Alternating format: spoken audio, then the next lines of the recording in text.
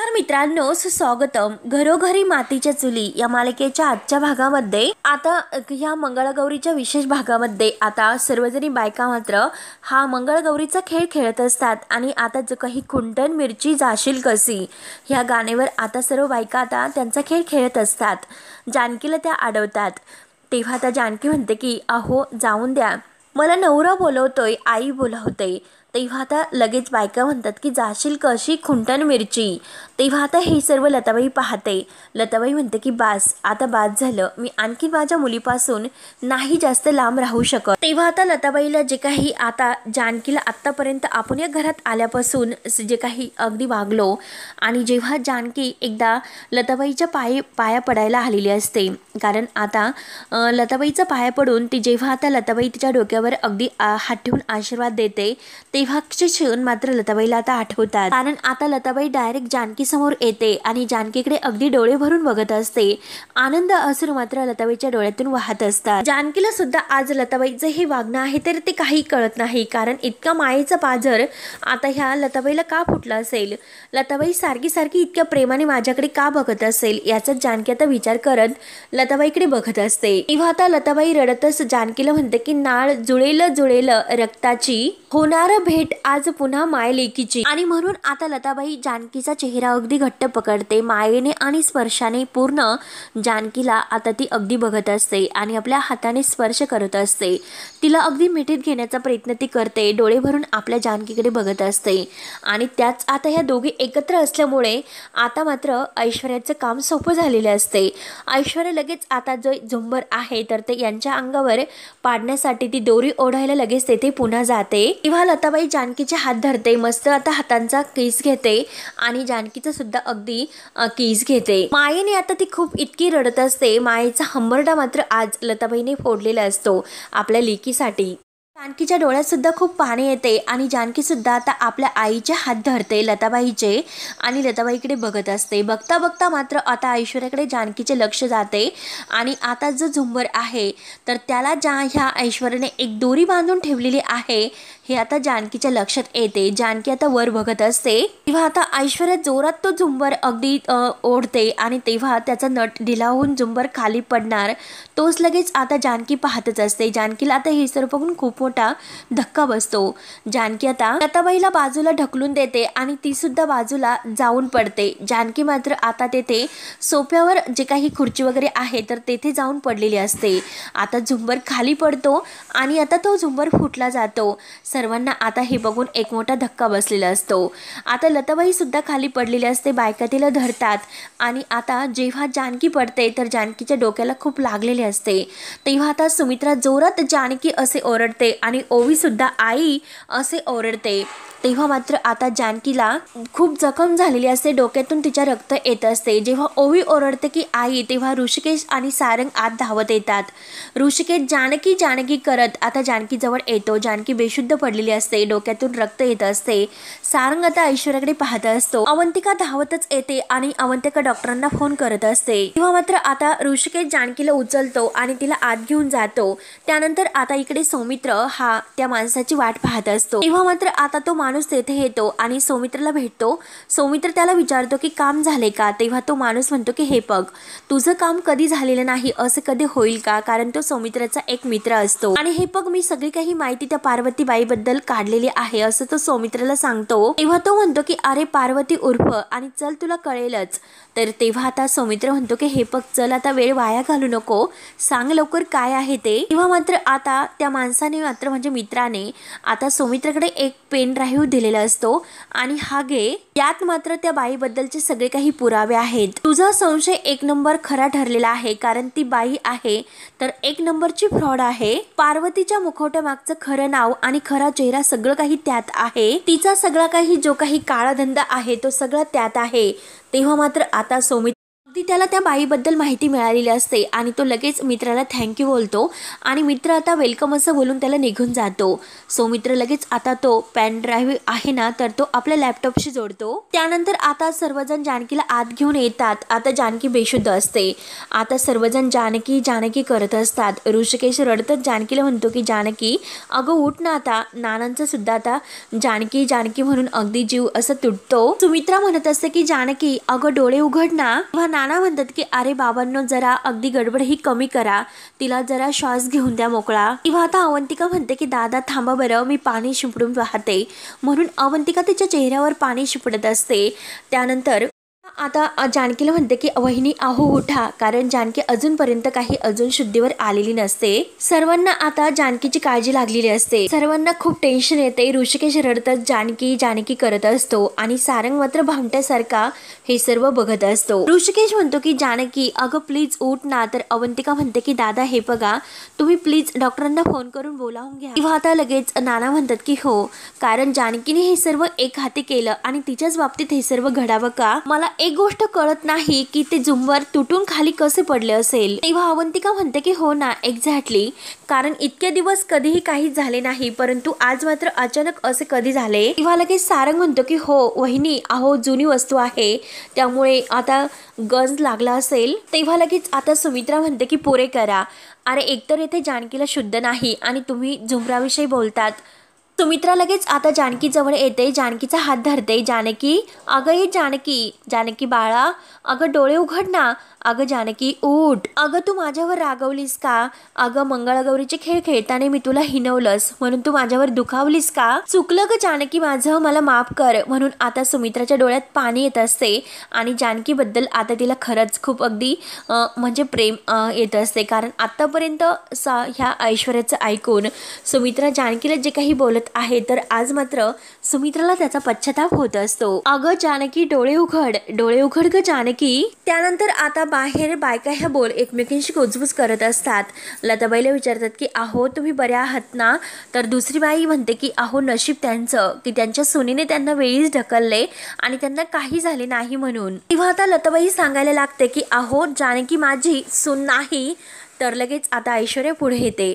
ऐश्वर्या लगेच आता लताबाईला ते शब्द बोलून देत नाही की मुलगी आहे म्हणून आणि लगेच म्हणते की हो जे झाले ते वाईट झाले पण बरं झालं अहो कुणाला काही लागले नाही. आणि हे बघा मला काय वाटतं की आमच्या घरात हे जे काही घडलेले आहे तर त्याने हे मंगळागौर होणार नाही, त्यामुळे तुम्ही या आता घरी जा आपापल्या.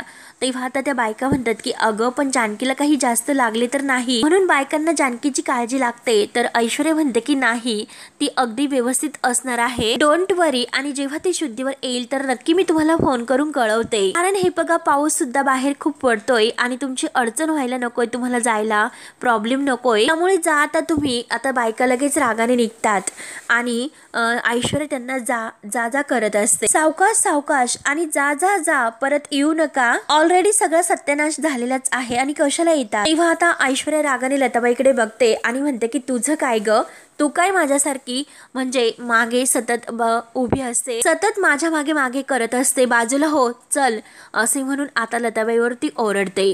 तेव्हा आता ऐश्वर्या जायला निघती तोच लगेच लताबाई रागाने तिचा हात धरते आणि विचारते की हे सगळं काही कारस्थाना मागे तूच आहे ना, हे सगळं तूच केलंस ना. तेव्हा आता ऐश्वर्या तिचं तोंड दाबते आणि म्हणते की जरा हळूच बोल, इतकं ओरडू नकोस. तेव्हा आता लताबाई रागाने म्हणते की हे बघ अगं तुला लाज कशी वाटली नाही की माझ्यापासून या सर्व गोष्टी लपवताने. तेव्हा आता ऐश्वर्या तिच्यावर ओरडते की हळूच बोल. तेव्हा आता लताबाई म्हणते की अगं जानकी माझी मुलगी आहे हे तू ना सांगितले नाही, माझ्याबरोबर तू खोटं बोलत राहिलीस, परंतु हे बघ अगं ऐश्वर्या खोट्याला पाय नसतात, त्यामुळे मात्र ते काही अगदी लांब पडू शकत नाही. देवीचीच लीला बघ. अगं तू तर मला हॉस्पिटलमध्ये मारण्याचा प्रयत्न केलास ना, तुम्हाला मारण्याचा प्रयत्न. आणि तेव्हा ऐश्वर्याला जी काही औषधाची बाटली तिने बदलून ते विषाची बाटली ठेवलेली असते हे अगदी आता तिच्या डोळ्यासमोर येते.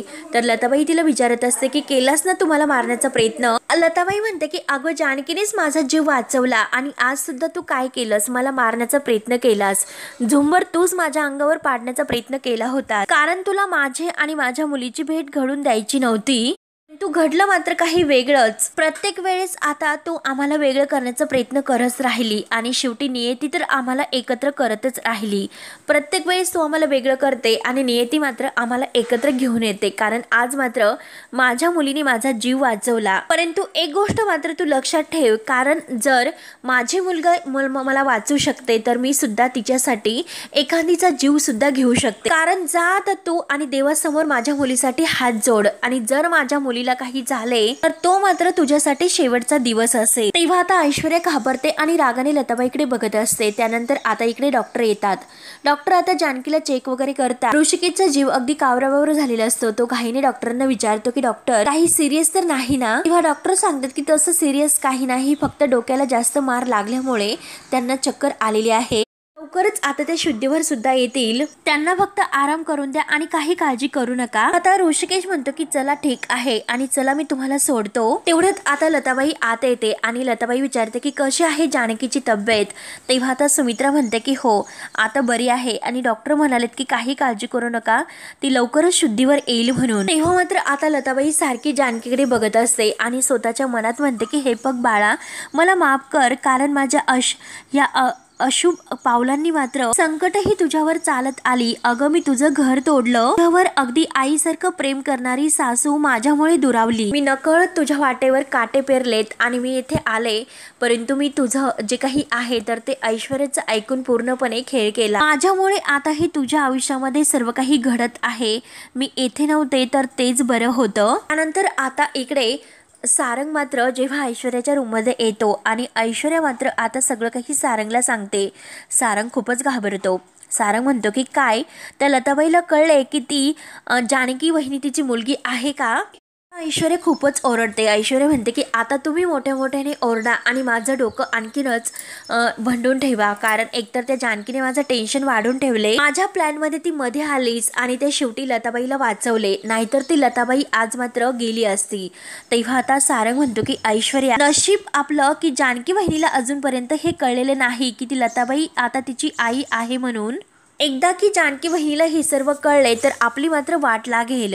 तेव्हा आता ऐश्वर्या म्हणते की अहो सारंग, तुम्ही ठरवलेलं आहे की जे काही बोलायचं ते सर्व निगेटिव्ह बोलायचं म्हणून, प्रत्येक कामाला तुम्हाला आता पनवती लावायचीच आहे का? जरा शुभ शुभ बोला। तेव्हा आता लगेच सारंग म्हणतो की काय अजून शुभ बोलू, काही शुभ घडलेले आहे का? त्यामुळे हे बघा अहो ऐश्वर्या, मी जे काही बोलतो ते अगदी खरं बोलतो।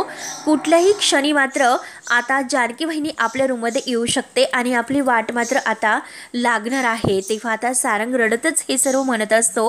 ऐश्वर्या खूपच चिडते आणि रागावून म्हणते की हे बघा सारंग, आता तुम्ही तुमचं थोबाड बंद करा, नाहीतर आपली वाट लागेल, नाहीतर माझ्या हातून काहीतरी अशुभ घडेल। त्यामुळे हे बघा, माझं डोकं खाण्यापेक्षा तिकडे तुम्ही खाली जा आणि त्या लतावर लक्ष ठेवा। काही जरी झाले, लता मात्र जानकीला भेटायला नकोय, तोपर्यंत काय करायचं आहे याचा विचार मी करते। तुम्ही खाली जा आणि त्या लताबाईवर लक्ष ठेवा। तेव्हा आता सारंग म्हणतो की हो हो ऐश्वर्या, तुम्ही विचारच करा, परंतु मी तुम्हाला सांगतो की एकदा की आपलं काही खरं नाही, आपली वाट लागणार आहे, आपला खेळ अगदी खलास होईल।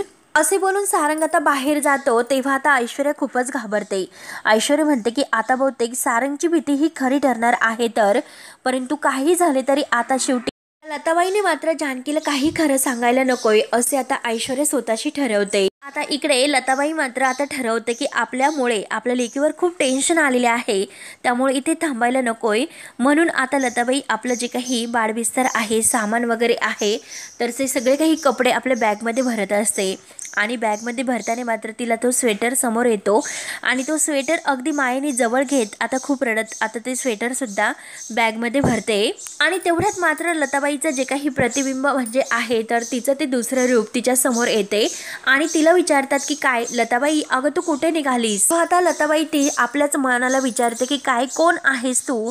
तेव्हा आता तिचं दुसरं मन तिला उत्तर देते की अगं मी तर तीच आहे, जानकीची आई, जी लहानपणी आता जानकीला मधुबनच्या आश्रमात सोडून गेली होती, तीच आहे मी। तेव्हा आता लताबाई रडतच म्हणते की ती तर मीच आहे। तर लताबाईचं दुसरं मन सांगते की नाही, ती तर तू नाहीस, अगं ती तर अगदी खरा एक जे काही चेहरा आहे तर तो आईसारखा आहे, परंतु मन मन मात्र आता एका कपटी आईसारखं आहे आणि तू तर ती खोटारडी बाई आहेस की जी आपल्या मुलीच्या आयुष्यात आली म्हणून. अगं तू तर तिच्या आनंदी संसारात आणि तिच्या ह्या गोड अगदी कुटुंबात अगदी मिठाचे खडे टाकलेस आणि तिच्या जीवनाचं तू वाटोळं केलं आणि आता शेवटी तर काय तू तिला सोडून पळून जायला निघालीस. तेव्हा आता लताबाई खूप रडत असते. लताबाई म्हणते की आता मी काय करू. तेव्हा आता तिचं दुसरं मन म्हणते की जबाबदारी घे आणि जे तुझं आहे तर ते सोडू नकोस. अगं तू आई आहेस आणि आई पुढे मात्र जगच नाही तर नियती सुद्धा झुकते.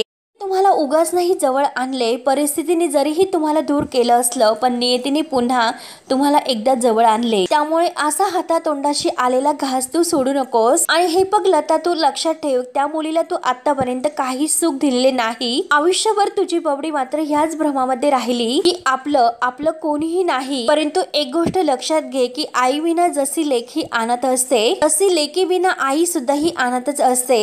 त्यामुळे हे बघ अजून सुद्धा वेळ गेलेली नाही. तुमच्या लेकीमधील आणि मायलेकीमधील हे जे अंतर आहे तर ते तू दूर करून टाक. अगदी तुमच्यामधील जे हे आहे ना ते सगळं काही पुसून टाक. जो अनाथ शब्द तुमच्यामध्ये कोरला गेलेला आहे तर तो शब्दच तू पुसून टाक. तेव्हा आता हेच आपल्या मनाचं बोलणं आहे तर ते ऐकून लताबाई खूप अशी रडत असते. तेव्हा आता लताबाई विचार करत असते की तिचं दुसरं मन तिला विचारते की काय ग, तू कसला विचार करतेस, तू जानकीला न भेटता जाणार आहेस का. लताबाई रडत म्हणते की इच्छा आहे ग अगं भेटण्याची, परंतु हिंमतच होत नाही. तेव्हा तिचं दुसरं मन विचारते की का तुला भेटण्याची इच्छा होत नाही.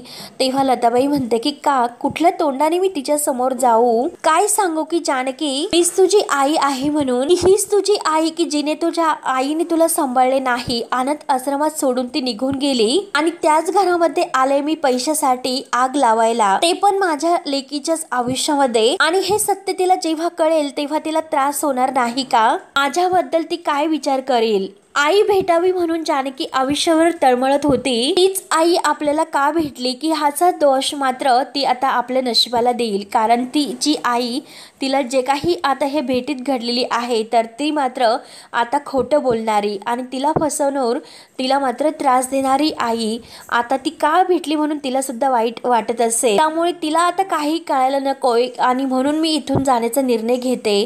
तर लगेच आता लताबाईचं दुसरं मन म्हणते की हे बघ अगं लता, तू एकदा विचार कर. अगं तुझी मुलगी खूप समजूतदार आहेस, तिच्या मनात आता आईबद्दल माया आहे. त्यामुळे तू तिला खरं सांग. मला पूर्ण खात्री आहे की जानकी तुझा नक्की स्वीकार करेल म्हणून. आणि शेवटी तूच म्हणत असते की मन साफ की शेवटी सगळं काही माप. तेव्हा आता लताबाई म्हणते की ठीक आहे, मी बोलते जानकीशी. आणि मला सुद्धा आता तेच वाटते की जानकीला मी हे सर्व सांगितल्यानंतर जानकी नक्की मोठ्या मनाने मला माफ करेल. तर परंतु अगं एकदा विचार कर ना, ती पुन्हा आता आपल्या मनाला प्रश्न विचारते की तिचे घरचे काय म्हणतील, तिचा नवरा काय म्हणेल बरं. जी बाई ऋषिकेशची आई म्हणून या घरामध्ये आली ती खोटारडी बाई जानकीची आई आहे, तर हे कळल्यानंतर त्यांना काय वाटेल. त्यामुळे नाही नको, त्यांनाही सर्व कळण्याच्या अगोदर मी इथून जाते. म्हणून आता ती आपली बॅग वगैरे भरते आणि बॅग भरून ती आता जायला निघते.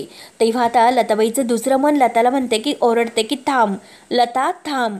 आणि हे बघ तू जरीही इथून निघून गेली तरी सुद्धा जानकी नक्की तुझा शोध घेईलच. आणि जेव्हा तिला कळेल की तूच तिची आई आहेस, जी खोटं बोलून निघून गेली, तेव्हा मात्र जानकीला काय वाटेल. त्यामुळे विचार कर लता, एकदा विचार कर. आणि लताबाईच्या हातातील बॅग खाली पडते आणि त्या सगळ्याचा पुन्हा एकदा विचार करते. तेव्हा आता लताबाईचं दुसरं मन तेथून गायब होते. आता द्विधा मनस्थिती आता लताबाईची झालेली असते आणि ती स्वतःलाच म्हणते की आता मात्र ह्या द्विधा मनस्थितीत मी काय करू, कसला विचार करू आणि काय असं ठरवू. माझं मन मला कायम खातंय, परंतु जानकीला मात्र इतकं कळायला हवे मीच तिची आई होते म्हणून. परंतु जानकीला मात्र आता हे सर्व मी कसे सांगू. म्हणून आता अगदी वाऱ्याची झुळूक येते आणि समोर मात्र आता तेथे टेबलवर एक डायरी ठेवलेली असते. त्यानंतर मात्र आता इकडे जानकीला अजूनपर्यंत शुद्ध आलेली नसते. तेव्हा ऋषिकेश तिच्या जवळ बसलेला असतो आणि जानकीचा हात तो आपल्या हातात घेत खूप रडत असतो. आणि तेवढ्यात तेथे ओवी येते. ओवी म्हणते की बाबा तुम्ही रडतात का. तर ऋषिकेश लगेच आपल्या डोळ्यातील पाणी पुसतो. ओवी म्हणते की बाबा हो रडू नका, आई जर उठली आणि तिने तुम्हाला रडताना बघितलं तर तिला हे सर्व नाही आवडणार. परंतु बाबा आई तर बरी होईल ना. तर ऋषिकेश म्हणतो की हो बाळा बरी होईल ती. तेव्हा ओवी विचारते की कधी होईल, कालपासून ती झोपलेली आहे अजून सुद्धा ती नाही उठली. म्हणून ओवी आईला म्हणते की आई अगं उठ ना. तर ऋषिकेश म्हणतो की हे बघ बाळा ओवी, अगं आईला थोडासा आराम करून दे, थोड्या वेळाने ती नक्की उठेल. तर ओवी विचारते की बाबा तिला खूप काही लागलेलं आहे का? तर ऋषिकेश म्हणतो की नाही बाळा, अगं थोडंसं लागलेलं आहे. डॉक्टर काकांनी आईला औषध दिल्यानंतर ती लवकरात लवकर बरी होईल. तू बाळा इतकी काळजी करू नकोस. बरं तू एक काम कर बरं, तू तुझा होमवर्क करायला घे. परंतु बाबा मला आता तुमची हेल्प हवी आहे. मॅथ मध्ये मला अभ्यास करण्यासाठी आता हेल्प हवी आहे. आणि जर आई बरी असती तर तिने नक्की मला हेल्प केली असती, पण आता आईला बरं वाटत नाही, त्यामुळे तुम्ही चला बरं माझ्यासोबत. तेव्हा आता ऋषिकेश म्हणतो की अगं ओवी मी आला असतो, परंतु आईजवळ कोणी थांबवायला नको का? तेव्हा लगेच आता लताबाई दारात येते आणि लताबाई म्हणते की मी आहे ना, मी थांबते. आणि आता ती ऋषिकेशला म्हणते की तू जा बाहेर आणि ओवीला मदत कर, मी थांबते जानकी जवळ. तेव्हा ऋषिकेश विचारतो की तू जानकी जवळ थांबणार? तुला तर तिच्याशी बोलायचं सुद्धा नव्हतं? जानकीला तुझ्या खोलीत आलेलं तुला चालणार नव्हते? तेव्हा आता लताबाई म्हणते की म्हणजे तेव्हा गोष्ट वेगळी होती, परंतु आता तसे नाही. तेव्हा आता ऋषिकेश म्हणतो की म्हणजे काय, एका रात्रीत असं काय बदललं? तेव्हा आता लताबाई म्हणते की हे बघ, सगळ्या प्रश्नांची काही उत्तर नसतात, परंतु तू काळजी करू नकोस, मी जानकीला काही होऊन देणार नाही. आणि जरीही ती तुझी बायको असली तरी सुद्धा ती मला माझ्या मुलीसारखीच आहे ना. मी बसते इथे, तू जाव ओवी बरोबर. तेव्हा आता ऋषिकेश ओवीला घेऊन बाहेर जातो, तर लताबाई आता जानकी जवळ येते.